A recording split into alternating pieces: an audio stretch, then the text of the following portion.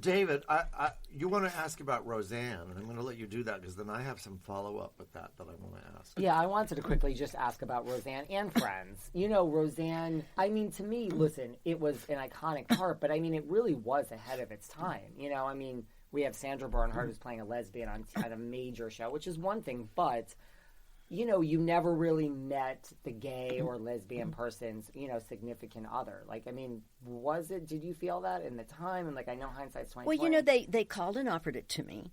And my agent was kind of on the fence about whether I should do it. Because really a lipstick lesbian had never been done. And, no, not really. Yeah. And so I am just this weird person that I like doing iconoclastic things. Mm-hmm. I don't like doing the safe thing. I like doing things that are going to shock people or make them think about something or make them look at you a different way. And so I said yes. And I read the script, and it's like this whole first episode of the arc, Sandra's talking about a new girlfriend. And I knew that when they opened the door and Morgan Fairchild was standing there, it was going to be the last thing anybody expected. Right. And that would be...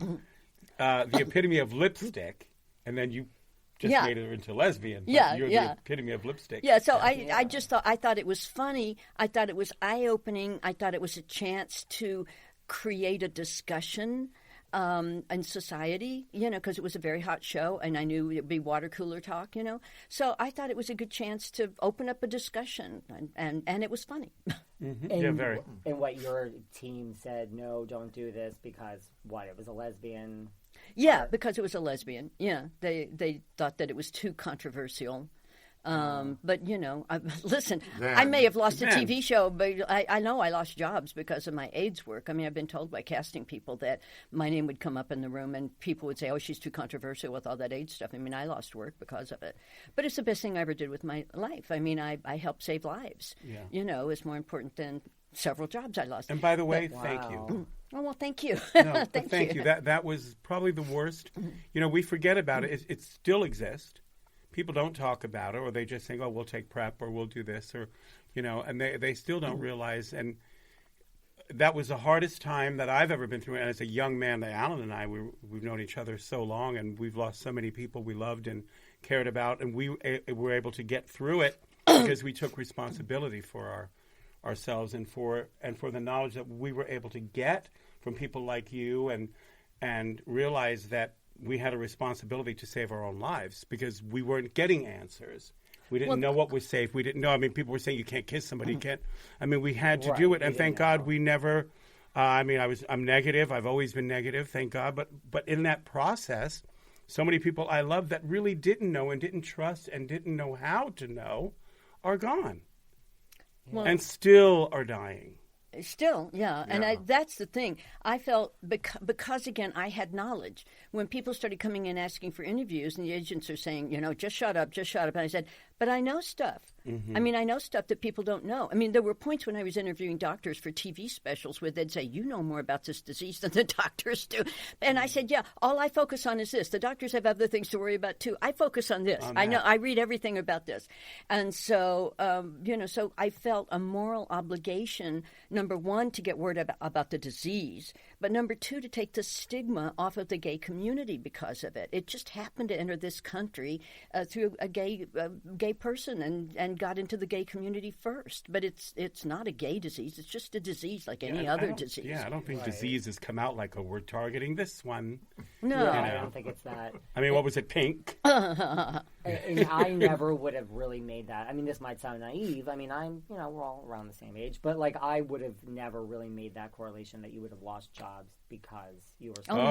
yeah. Wow. I mean, that was... and also brave of Elizabeth Taylor. And then she even said, my career doesn't... I had my career. This is my career now. Wow. Yeah. And I was in the middle of mine, and it got cut a little short because of it. Sure. But like you said, you're enriched because of that. I mean, I felt a moral obligation. Absolutely. I'm that kind of weirdo Aquarian, always trying to save the world.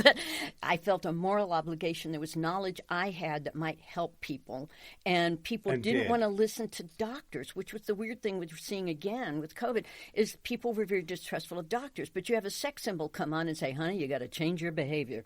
you know? Yeah. And suddenly people would listen, Yeah. and it was it got attention. I could get testimony before Congress. I could get PR for all kinds of different things. One friend of mine was I forget if it was People Magazine, was working for People Magazine on the West Coast, and called me up and said, we want to do, and this was right after that first award thing when Rock was still alive. We want to do Hollywood Fights AIDS. We want to do a big celebrity picture. Will you do it? And I said, sure. So he called me back a couple of weeks later and said, thank you. And I said, for what? And he said, everybody turned us down until you said yes. Mm-hmm. And I started seeing that as my whole mission in the 80s, was to take the hits for everybody to get behind me and make it safe for everybody else to come talk about it, because I was at the height of everything then, and I was willing to take the hits and give cover to everybody to start talking. So you have to have a conversation. Yeah. Let me ask you something. This correlation, how we've seen AIDS, the way it would mutate and then it would change, and it would, and just as the minute you found one thing to treat one strain of it, then it would, turn into something else. Don't you see that same thing a little bit with COVID? Well, they're viruses. Mm-hmm. So it's a natural progression for them to do that. Yes, some more than others, but viruses are not really alive. They're not like bacteria. It's why antibiotics don't work on viruses. Right. They're just strings of DNA or RNA in the case of like AIDS, and little bits of them break off. They're not stable and they're not alive. So the only way they can replicate is to invade another cell and make that cell replicate for them. And so the way they make a living, basically, is by mutating. Little bits of them break off all the time because they're just strings of DNA and RNA. So they mutate a lot more. What does kill them? What does kill them? You can't kill them. You can stop them from infecting. I mean, so far, maybe they'll come up with something that would actually kill them. But the main thing you do is vaccinations. And they found that with smallpox and with everything, is that if you vaccinate, and you can do a circle, that's what they do with smallpox. You get a smallpox patient and you vaccinate everybody around them so it doesn't spread. It doesn't go anywhere. That's how you stop them. But with this new one coming up, because it's mutated so much, it's very different. There was a SARS-1 back a few years back, and then the SARS-2 comes out, and different than SARS-1, but they mutate all the time. Viruses mutate all the time. So just as simple as she gives this answer, just as simple as she explains that, what would stop a person from that's so anti-vaccination and anti-this, and to hear that and go, oh my God, that makes complete sense. Run to the nearest pharmacy and get your doctor or get your. Why is it so difficult for them to hear that? Because they don't listen. Well, they hear that. They don't listen. Their fear is of the vaccination and what it's doing to their body.